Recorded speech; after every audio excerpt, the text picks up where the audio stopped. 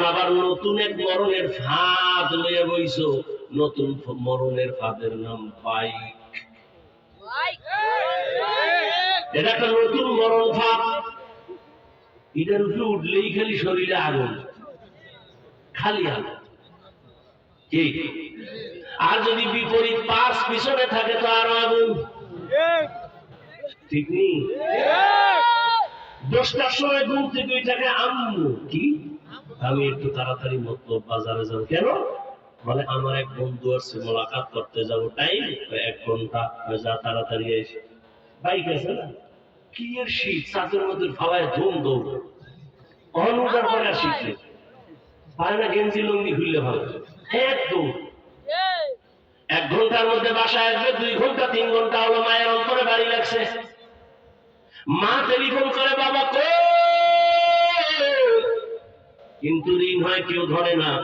দীর্ঘ টাইম পরে কয়েকবার রিসিভ রিং হওয়ার পরে একজনে রিসিভ করে, অচেনা কণ্ঠ, কে তুমি? বলে আমি মোবাইল ওয়ালার মা। ওর বাবা নাই? আচ্ছা দাও বাবারে দাও। এই নাও নাও নাও, তোমার ছেলের মোবাইল কে যেন ধরছে দেখো। বাবা এখানে লাগায়, কে তুমি? বলে তুমি কে? বলে মোবাইল ওয়ালার বাবা। তোমার বাড়ি কই? বলে কি জায়গা? নায়েরগাঁর পাশে।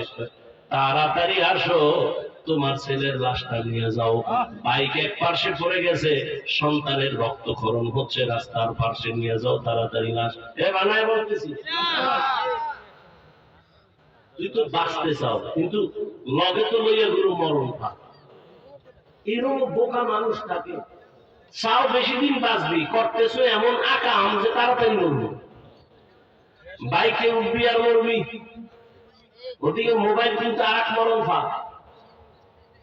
যৌবন শেষ, জীবন শেষ, লেখাপড়া শেষ, চরিত্র শেষ, তোর মধ্যে কিচ্ছু নাই। আছে একটা রূপ, আজরাইল এটা নিলে তুইও নাই। यहाँ हम सब मुसाफिर दिल ना लगा, अहले दिल की नजर से रूह करता जरा, शाह दौलत सब फकीर गर नेक नेहे, शाह दौलत सब फकीर गर नेक नेहे, जिंदगी में बंदगी तू करना है, जिंदगी में बंदगी शर्मिंदा है, जिंदगी में बंदगी शर्मिंदा है। ও আমার যুবক বাবারা, বৃদ্ধ বাবাজি, ও পর্দার মা বোনেরা, এতক্ষণ আপনাদের সন্তানদের যতটা কথা বুঝাইলাম, এগুলো বাস্তবায়ন করতে হলে আপনার দোয়া ছাড়া হবে না। কারণ গাছ ভালো হলে ফল ভালো হবে, আম্মাজানের কারণে এই সন্তান দুনিয়াতে ভালো হবে। এই দুনিয়ায় যত সন্তান ভালো হয়েছে মায়ের অবদানের কারণে। এ কারণেই তো মা আপনাদের সম্মান বেশি। আপনারা নবীদের মায়ের মতো দামি, সাহাবাদের মায়ের মতো দামি, হাফেজে কোরআনের মায়ের মতো দামি।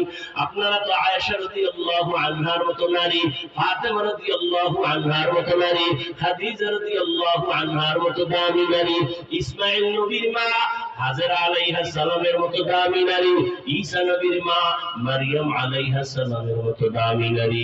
এরে আম্মা জানেরা, আপনার মতো কত মা এই অঞ্চলে এখনো আছে, বেপরদায় চলে না, নামাজ ছাড়ে না, মোবাইলে সময় নষ্ট করে না, স্বামীর মাল হেফাজত করে, সন্তানগুলো আদর্শওয়ালা বানানোর চেষ্টা করে। এরে আম্মা জান, আপনি কেন পারবেন না? এখন থেকে তৈরি হয়ে যান। আল্লাহ সন্তান দিয়েছেন, আদর্শ সন্তান হিসেবে রেখে যান। ডাক্তার বানায় যান আদরওয়ালা, কোরআন পড়ে মা বাবার জন্য দোয়া করবে, ডাক্তারিও করবে, জীবন ধন্য হয়ে যাবে। এখনো সময় আছে আম্মা জান, সন্তানটাকে দ্বীনের পথে আদর্শ একজন সন্তান রেখে যান। ইঞ্জিনিয়ার বানাবেন, আদর্শবান ইঞ্জিনিয়ার বানায় যান। এ আম্মা জানেরা, আল্লাহ সুযোগ দিয়েছেন, এই সুযোগটা এখনো কাজে লাগান। যারা পারেন নাই তওবা করেন। জীবনে আর বেপরদায় চলবেন না, নামাজ ছাড়বেন না, আর মোবাইলে সময় নষ্ট করবেন না, স্বামীর মালের খেয়ানত করবেন না, সন্তানগুলো আদর্শওয়ালা বানানোর চেষ্টা করবেন। আল্লাহর কাছে তওবা করেন।